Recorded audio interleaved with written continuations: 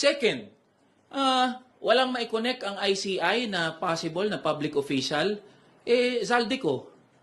Say for example, he was the APRO chair sa last Congress. Siya ang arkitekto noong pambansang budget na pinagmulan nitong mga iskandalo na pinag-uusapan natin ngayon. Hindi may connect ng ICI yun. And take note, under oath yung sinasabi ng mga kontratista at ng lahat ng sangkot dito sa Anomalous and Ghost Flood Control Project. Second, sunod dyan, halimbawa, usapin na the possibility of former Speaker Martin Romualdez as state witness. Paano nag-come up doon? Diba?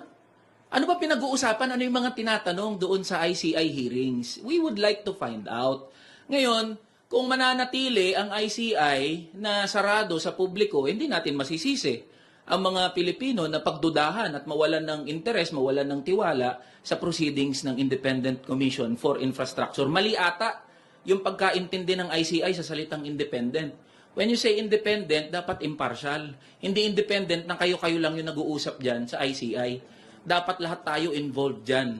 And that is what we would like to, we are appealing to the ICI na i-livestream nyo ho ang mga proceedings, mga hearings.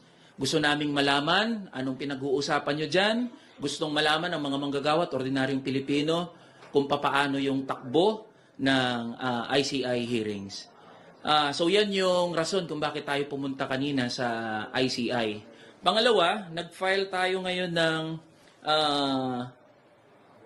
authorizing the Secretary General of the House of Representatives para doon maka-access ang publiko, interested parties, groups, or individuals doon sa Statement of Assets, Liabilities, and Net Worth.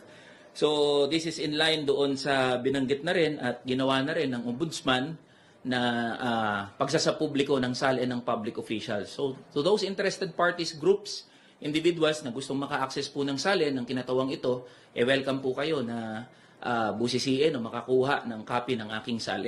At we urge our fellow colleagues, our colleagues in the House of Representatives na to do the same, to authorize the Secretary General na isa publiko yung mga SAL-N ng ating mga kasamahan. After all, kung wala naman tinatago, sa publiko na, ipakita na sa publiko kung ano yung laman ng SAL-N. Dapat kasi maging kahiyahiya ang korupsyon Dapat maging kahiyahiya yung usapin ng extravagant and lavish lifestyle ng mga public servants. Yun ang ano natin, yun ang punto natin dito. So, we urge our colleagues na to do the same, to follow